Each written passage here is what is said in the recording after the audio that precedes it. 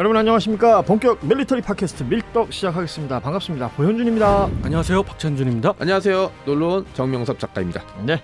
자, 오늘도 많은 분들이 남겨주신 댓글을 보고 왔습니다. 댓글을 보다 보면 굉장히 보람찹니다. 네. 내가 뭔가 하고 있는데 네. 누군가 날 보고 있고 그렇죠. 여기에 대한 반응을 보여준다. 이거는 일종의 그 독서 좋아하시는 분들은 네. 마음의 양식이라고 그러잖아요. 저희한테는 댓글이 양식이 되는 것 맞습니다. 같아요. 예. 그러니까 한 분이라도 더 댓글을 남겨주시기 바랍니다. 저희가 아직 응답률이 굉장히 좋은 편이거든요. 네. 네. 자발적으로 댓글들을 네. 다 달아주고 있으니까. 나중에 이제 손이 모자라서 댓글 못 남길 정도 됐으면 좋겠어요. 그러면 이제 뭐 사람 써야지. 그렇죠. 뭐. 네. 되게 성의 없는 댓글 있잖아요. 네. 뭐 땡큐염 이런 거. 네.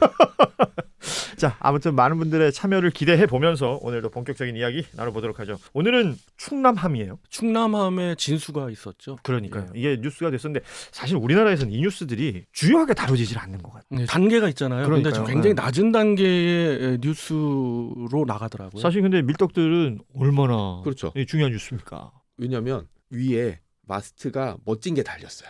센서 막 이렇게 붙어 있는 거 있잖아요. 우리나라가 만든 호위함에서는 잘 볼 수 없었던, 이전에는 막 이렇게 돛대 비슷하게 해서 막 센서가 여기저기 달려 있었는데 한 번에 싹 모아놓은 것 같은. 예, 그래서 일각에서는 이게 KDDX에 달려 통합 마스트.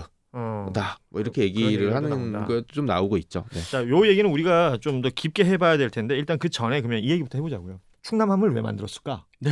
그리고 지금 이제 나온 이유가 있지 않을까? 그렇죠. 라는 생각이 들거든요. 맞습니다. 연평 해전도 있었고요. 그리고 뭐 천안함 폭침으로 알려진 이제 그런 사건도 있으면서 우리가 대양 함대만 굉장히 강조하던 시절이 있었어요. 그렇지만 이제 정책 방향이 바뀌었죠. 그래서 해역 함대도 계속해서 발전을 시켜야 되는데 좀 더 획기적으로 발전시키자. 대잠, 대공, 대함 모든 걸 아우를 수 있는 해역 함대. 가급적이면 일본의 해상자위대의 지방대를 능가할 수 수준으로 가자. 이런 보관도 분명히 있어요. 이거는 뭐 언론에도 안 나오지만은 해군 작전사에 있는 분들이나 또 그 고위층에 있는 분들은 당연히 생각을 하고 건함 계획을 짰을 겁니다.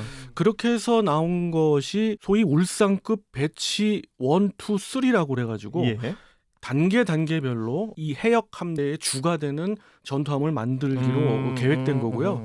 그렇게 해서 나온 게 인천급입니다. 그렇죠. 인천급이 제일 처음에 배치 1에서 나왔고요. 6척이 순조롭게 건조가 되려고 했지만 역시 이제 잡음이 있었죠. 잡음이 또 있는 게 좋습니다. 초도함인 경우. 맞습니다. 네. 그래서 여러 가지 문제점들을 잡았고 그래서 인천함이 주 전력으로 배치가 됐고요. 거기에 힘을 더 보탠 게 대구급 전투함입니다. 이제 배치 2로 해서 나온 전투함이 그러니까 인천이 1이었다면 이제 대구급이 이제 2가 된다. 네, 그렇습니다. 2가 나와서 8척 건조가 계획됐고 8척이 전부 건조 진수까지는 다 됐고요. 네. 4척은 완전히 실전 배치가 됐고요. 나머지 4척은 순차적으로 지금 해군에는 인도가 됐고 해군에서 시험 운항과 함께 실전 배치 바로 전 단계에 있습니다. 아마도 제 생각에는 올 연말 되면 완전 실전 배치가 돼서 기존에 남아있던 진짜의 울산급 그리고 포항급 나머지 포항급 포함한 구형의 7척의 전투함 중에서 4척 정도는 퇴역을 시키고 나아가서는 2025년까지는 완전히 이제 구형함들은 퇴역이 될 겁니다. 그렇게 해서 충남급은 바로 배치 3가 되는 거죠. 배치 3의 초도 네임십이 충남함이 되는 거고요. 그러니까 최초 계획에서 마지막쯤으로 가고 있는 거네요. 그렇습니다. 마지막 최종 단계는 사실 확정은 안 됐습니다만 배치 4가 있습니다. 4가 또 있어요? 예, 그래서 6척을 추가로 건조돼서 다음 기회에 이 코너에 뭐 말미에 얘기를 하겠습니다만 한 번은 너무 많이 하죠. 네, 우리도 이제 아이템을 좀 쟁여놓고 그렇습니다. 네. 그런 의미로 충남급이 건조가 됐고 이것은 6척을 계획하고 있다 이렇게 말씀드릴 수 있습니다. 어찌됐건 지금으로선 최신이다. 기존의 함정들 얘기했던 퇴역시킬 함정들은 21세기 중후반에 적합한 함정들은 아니었었고요. 그 당시 대한민국이 처했던 상황, 북한의 고속정, 뭐 간첩선들을 잡기 위해서 배는 엄청 작은데 속도는 겁나 빨라요. 그러니까 필요한 한 거니까. 네. 근데 이제 전장 환경이 바뀌고 이제 더 이상 북한의 간첩선이라든지 북한 해군은 이제 대한민국 해군의 염두에 들어가 있진 않죠. 그러니까. 예, 다른 앞서 얘기했던 오히려 일자위대라든지. 그렇죠. 예. 중국 동해함대가 그렇죠, 되겠죠. 그렇죠. 이 함대들과 상대하기 위해서는 이제 다양한 기능을 갖춘 그리고 천안함 폭침 사건에서 볼 수 있듯이 전력이 부족해서 병사들이 희생되는 건 이제 막아야죠. 그럼요. 싸우다가 병사들이 좋은 무기를 가지고 싸우다가 전사하는 거는 안타깝지만 어쩔 수 없어요. 하지만 택도 없는 무기를 가지고 싸우다가 무기가 후져서 그렇죠. 이거는 21세기 대한민국에 있을 수는 없는 일이고요. 거기에 맞춰서 구역 함정들을 미사일 대공 미사일도 없는 것들 퇴역시키고 그다음에 차근차근. 갑자기 얘기 듣다 보니까 궁금한 퇴역하는 전투함들은 어떻게 활용합니까? 퇴역 전투함은 스크랩해서 보관하거나 그렇지 않으면은 항구에서 어느 정도 뭐 한강에 있는 거 그런 것들은 그거는 이제 완전 퇴역. 네. 완전 퇴역해가지고 전시. 네. 모든 그 전투 왜냐면 시스템을 내가 한번 타보고 싶으니까 네. 구경하고 싶잖아요. 입장료 내시면 타실 수 있어요. 네. 제가 나중에 뭐 개인적으로 기회가 되면 꼭 한번 모시겠습니다. 고맙습니다. 뭐 저는 항공모함도 타봤지만 네. 아무튼 그 이런 아까 정 작가님 말씀하신 그런 그 예전의 것들이 맞긴 한데요. 지금 그것이 완전히 트렌드가 바뀐 거죠. 그죠. 그 전에 간첩선 그런 개념이 아니라 이제는 해역 함대라도 네. 일본의 해자대의 지방 함대를 갖다 우리는 목표로 하고 있고 중국의 연안 함대들을 목표로 그죠. 하고 있는 거예요. 그러니까는 그 일본의 지방 함대라는 건 어떤 걸 의미하는 거예요? 일본의 아주 유명한 호위 대군이라는 그죠. 표현을 쓰잖아요. 예. 우리 88 함대라는 표현 들어보셨잖아요. 어허.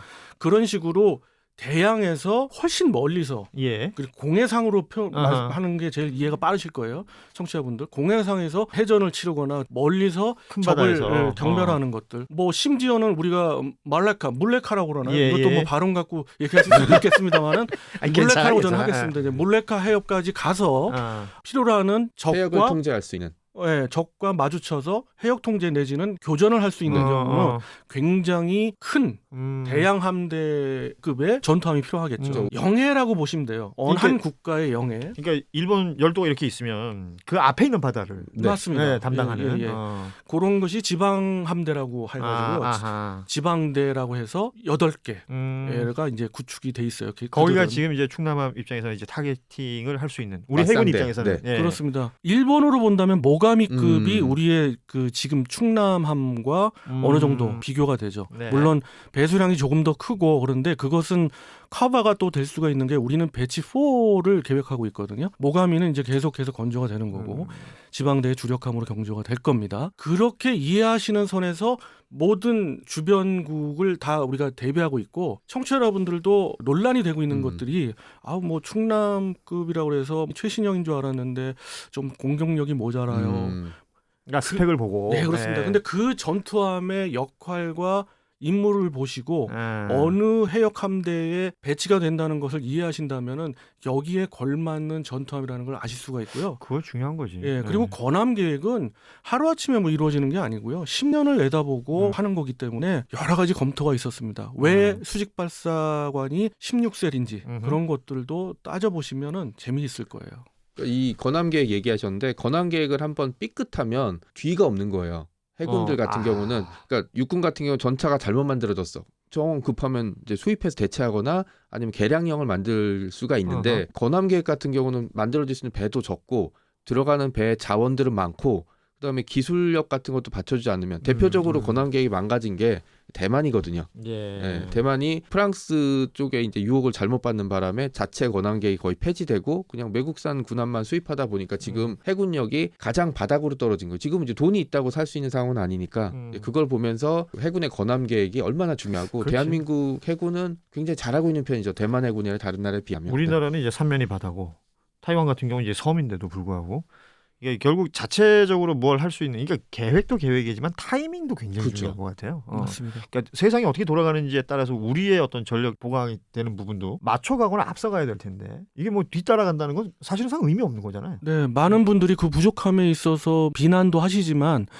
그것이 이제 채찍에 대해서 그런지 전체적인 규모나 이렇게 계획을 보니까 육해공의 모든 플랫폼들이 2030년대에 맞춰지고 있잖아요. 2030. 예, 우리도 2030. 우리도 2030 22년이 되면은 해역 함대가 완성이 되는데 그때의 26척의 해역 함대는 제가 볼 때는 지방대를 훨씬 추월하는 정도 수준입니다. 그래서 일본 해자대 수준을 뛰어넘을 수거나 동등해질 수가 있다고 얘기하는데 나이 드신 분들도 그렇고 뭐 어떤 분들이 그게 말이 안 된다라고 하는데 건함 계획을 보고 그들의 계획을 보니까 이게 현실화되는 거예요. 그거의 한 단면으로 보시면 좋겠습니다. 앞서 우리 정명석 작가께서 잠시 언급을 해주셨어요. 마스트. 그러니까 일단은 요 얘기부터 하자고. 진짜 지금 이제 저희 방송을 듣거나 보시는 분들은 이제 밀떡 때리시겠지만 마스트가 뭔지 모르는 분들도 있을 거예요. 우리 예전부터 그쵸. 배를 이제 건조하게 되면 위에 이렇게 쫙 올라가는 게 있잖아요. 그게 기둥처럼. 뭐 관망을 하기 위해서 앞에 항해를 할 때 앞이나 뒤를 봐야 되잖아요. 네. 애니메이션 그 원피스에 그쵸. 매달려 예. 있는데 거기 얘기하는 네. 거예요. 그러면 뭐 예를 들어서 레이더 같은 경우도 굉장히 높은 산에 있는 경우가 많고 그렇지 않습니까? 그거와 유사하죠. 그러니까 원래 범선 시대 마스트는 이게 도슬이라고 해서 이렇게 바람을 받아서 가는 역할을 했는데 그렇죠. 지금은 엔진이 돌리니까 그 역할은 필요 할 없잖아요. 필요가 없고. 하지만 견시라고 하잖아요. 배 주변에 뭐가 있는지 눈으로 봐야 될 때가 있는데 그 목적도 있고 그다음에 레이더라든지 관측 장비는 높이 있을수록 편하죠. 그래서 영국 해군의 호위함 같은 경우는 마스투가 한 40m 정도 높이도 있어요. 그래야지 멀리 볼 수 있고 특히 지구는 동그랗잖아요. 네. 그러니까 멀리 있을수록 안 보일 수 있거든요. 그거를 커버하기 위해서 마스트는 원래 도슬해서 바람을 가는 역할은 없어졌지만 현대에서는 관측 장비나 센서가 들어가는 그 공간이 됐죠. 아까 정 작가님이 서두에 충남급을 보고 마스트가 잘 나왔다, 네. 균형 잡혔다 했는데 사실은 건조한 회사, 방산업체 입장에 볼 때는 참 사람들이 어떨 때는 그렇게 비난하더니 뭐 이런 얘기 할 수 있는 그쵸. 게 나오니까 또 좋아하고. 초반에 2016년에 전시회에서 마덱스 같은 데죠. 네. 그런 데서 이제 전시를 했는데 가장 비난이 나온 게 야 이러다가 이게 함의 균형이 맞는 거냐. 장 빠지는 거 아니야. 그거 네. 중요하잖아. 근데 이제 물리적 균형을 얘기하는 걸 그렇죠. 거 아니에요? 예. 나와 보니까 굉장히 멋있잖아요. 예. 그리고 멋있고 그래서 균형이 잡혔고. 통합 마스트라는 표현도 많이 사용을 하더라고요. 근데 이제 네네. 여기서 이제 말씀드릴 것 중에 하나는 언론에서 보면은 막 혼용해서 쓰더라고요. 그죠. 예. 통합 네. 마스트 뭐 이러는데 통합 마스트는 예전 시간에 한번 설명을 드렸을 거예요. KDDX에서 X밴드 레이더, S 레이더, S밴드 레이더 그리고 UHF, VHF 레이더가 모두 다 통합된. 네. 다 그래서 들어있는 거. 통합이라는 표현을 음. 쓰거든요. 한글이 뭐 요거 조금 다르면 어떠냐 이렇게 하시지만은 개념 또 자체가 무기체계 다른 거니까, 개념에서는 완전히 다른 개념입니다. 그래서 통합 마스트는 그걸 얘기하는 거고요. 지금 충남 앞으로 이제 6척 건조될 충남급에 있어서의 마스트는 복합 센서 마스트라는 표현을 씁니다. 복합 센서. 어떤 차이예요? 통합 마스트에 어떻게 보면 기본이 되는 거죠. 사면 고정식으로 이렇게 되어 있는 것도 완전히 다르고요. 그리고 탐지 추적, 장거리 탐지 추적을 하기 위한 S밴드 레이더가 기본으로 달려 있는 거는 맞는데 A사 방식도 맞는데 거기에 왜 복합이라는 표현을 썼냐면 IRST 그러니까 적외선 탐지 장비까지 같이 맞물려서 그러면 어떤 유리한 점이 있느냐? 통합 마스트에도 말씀을 드렸지만 스텔스성이 한참 올라가죠. 그렇죠. 왜냐하면 마스트 튀어나온 것도 그렇고 거기에 센서들이 달리면 그게 다 감지가 되는데 특히 맞습니다. 높잖아요. 근데 이거를 약간 뚱뚱하고 못생겼다고 얘기하지만 저는 보기 좋았던 게 뭐냐면 그게 통 안에 싹 들어가 버린 거예요. 정리가 되는. 네, 그래서 이제 선 정리한 거네. 그죠. 네. 이게 굉장히 어려운 기술 중에 맞습니다. 하나가 네. 통합 마스트 경우는 아까 말씀드렸던 X밴드 기반, S밴드 기반 이게 모든 것이 다 있기 때문에 충돌을 할 수가 있거든요. 간섭 현상이. 네. 이런 간섭 현상을 어떻게든 이제 기술적으로 완성시킨다는 것이 저는 불가할 수도 있겠다 싶었는데 난 여기서 이제 국민성이 발휘됐다고 봅니다. 네. 우리나라 사람들이 선 정리에 유독 예민하죠. 그죠. 외국 사람들은 안 그러거든. 네. 진짜로. 우리가 좀 자연스럽게 그래가지고 지금 이제 충남함의 어떤 특징들을 그죠, 이야기할 그죠. 수밖에 네, 없었는데 이게 그 중에 하나가 바로 그 그러니까 이게 복합 센서 마트예요. 그러니까 이게 지금 표현을 하더라도 통합이라고 쓰는 것보다는 이제 복합 센서가 맞는 말이고. 네. 그래서 이게 그러니까 기사로만 보시는 분들은 뭐 그쵸. 통합이나 복합이나 뭐 이럴 수 있겠지만 이건 네. 무기 체계로 봤을 때는 굉장히 좀 다른 개념이 다른, 된다. 네. 아주 중요한 부분이네요. 예. 요거 누가 얘기해 준 거야? 밀떡에서 얘기해 준 그쵸. 거야. 맞습니다. 네. 또 하나 MFR이라고 이제 표현을 하죠. 이게 다기능 레이더라고 이제 보시면 되는데 다기능. 왜 다기능일까? 아까 말씀드렸던 S밴드 레이더가 장거리 탐지와 함께 단거리 탐지도 어느 정도 제한적으로 가능하고요. 중요한 거는 추적까지 가능하다. 어떤 목표물을 추적까지 이 레이더 하나가 다 한다. 그래서 이제 다기능 레이더인데 어떤 면에서 해역 함대로서 그 지역을 작전하기에는 그래도 최적이다라고 볼 수가 있죠. 그렇겠죠. 오히려 이제 복합적이고 뭐 한 번에 여러 가지 기능을 동시에 할 수 있는, 그러니까 해역에서 효율적으로 쓰기 위해서라도. 맞습니다. 이거는 예전에 뭐 유튜버들은 동시 교전 능력이 3개, 4개밖에 안 된다는 둥 해가지고 참 그때 비난도 많이 받고 했는데 절대 그렇지 않고요. 아까 말씀드렸던 모가미급을 목표로 해서 만들었어요. 모가미급이 동시 교전 능력이 그렇지. 10개 정도 되거든요. 우리는 그거를 넘어갈 것 같아요. 이게 제가 봤을 땐 딱 저거예요. 저 골프 치시는 분들은 네, 아실 네. 텐데 드라이버만 들고 다닐 수는 없잖아요. 그렇죠. 아이언도 있고 웨지도 있어야 되는 거 아닙니까? 퍼터도 맞습니다. 있어야 되고. 네. 예. 거기에 맞춰서 지금 이제 뭐 건함 계획이 세워져 있는 것이고, 거기에 맞춰서 지금 충남함이 진수가 됐다. 이렇게 이해하시면 되겠네요. 저는 이제 보기 좋았던거나 이제 그 울컥했던 게 뭐냐면 예전에 이지스함 만들 때 기능을 다 집어넣었어요. 그래서 덩치도 커지고 미사일도 막 엄청 많이 넣어줬어요. 사람들 되게 좋아했는데 어떻게 보면 대한민국 해군이 가지고 있는 안타까움이죠. 돈이 없으니까 하나에 다 몰아넣는 거. 이게 좀 위험한 게 뭐냐면 이 함이 문제가 생겨버리면 작전 자체 불가능한데 지금은 배치 1, 2, 3 하면서 서로 발전시킬 기술을 발전시키고 임무별로 이렇게 그렇죠. 나눠주는 3,000톤급의 호위함에서 너무 과한 걸 봐하면 안 되는 거죠. 저는 이 정도 하면 대한민국 해군이 전 세계 해군 전력의 탑에 들어서는 길에 들어가지 않았나라고 생각을 합니다. 통합 마스트든 아니면 다기능 레이더든 지금 얘기하는 것들은 한 20년 전만 해도 우리가 엄두도 못 냈던 기술이었어요. 이렇게 빨리 따라가서 배치를 한다는 거는 그러니까 선정리 얘기하셨듯이 남들한테 뒤처지면 안 돼라는 것. 그리고 주변에 일본, 중국 그리고 북한이라는 이게 멀쩡한 나라가 없잖아요. 이 나라들을 상대로 해야 됐던 우리의 어떤 절박함. 네. 얼마 전에 BTS 한 멤버가 얘기할 때 되게 기분 나빴던 인터뷰를 했어요. 상대방이.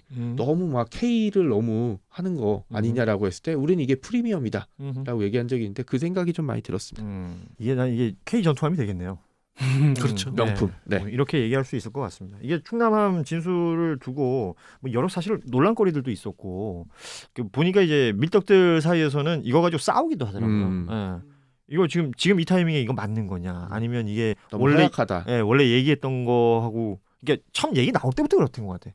그러니까 대한민국의 국격에 맞게끔 더 크고 더 강한 거 뭐 이런 거 얘기했던 사람들이 있는데, 지금 두 분의 말씀으로 종합해 보면 적재적소에 필요한 것들이 필요한 거 아니야. 이렇게 정리할 수 있겠군요. 맞습니다. 해역 함대는 이렇게 변화합니다. 26척의 배치 1, 2, 3, 4까지 완비가 되고요. 거기에 참수리급을 대체할 소형의 전투함들이 52척이 들어갑니다. 그렇게 되면은 1, 2, 3함대의 모든 작전이 가능하게 되고요. 지금보다는 훨씬 뛰어난, 그래서 북한 해군도 상대할 수 있고, 나아가서는 이제 해자대 그리고 중국 인민해방군의 해군도 상대할 수 있다. 영해에서 상대할 수 있다는 그런 해군으로 발전하게 되겠고요. 그러니까 활동할 곳이 동해, 서해, 뭐 남해 뭐 이렇게 생각해 보면 우리 지도 펼쳐놓고 봤을 때 보이는 바다 거기. 맞습니다.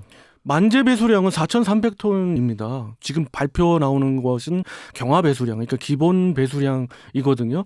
우리가 이제 그렇게 배수량을 항상 얘기하는 것이 주변국을 좀 의식해서 그러는데, 저는 이제 개인적으로 좀 불만이에요. 이제는 좀 당당하게 어차피 중국하고 일본을 상대를 해야 되지 않습니까? 그러니까는 자신 있게 얘기할 수 있습니다. 우리는 4,300톤급의 완벽한 해역에서 작전할 수 있는 전투함이 건조되기 시작했다. 이것이 이제 이 글의 뭐 주제 같아요.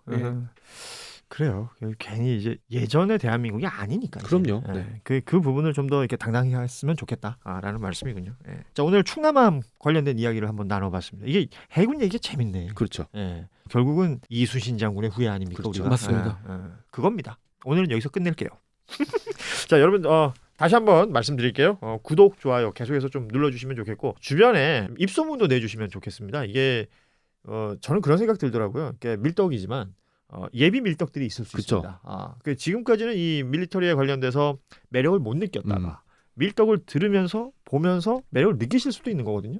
주변에도 좀 홍보 많이 해주시고 입소문도 내주시고, 저번에도 말씀드렸지만 이제 꼭 내 스마트폰 아니더라도 다른 분들 것도 이렇게 꾹꾹 구독 눌러주시고 좋을 것 같습니다. 오늘은 여기서 인사드리죠. 여러분 고맙습니다. 안녕. 안녕히 계세요.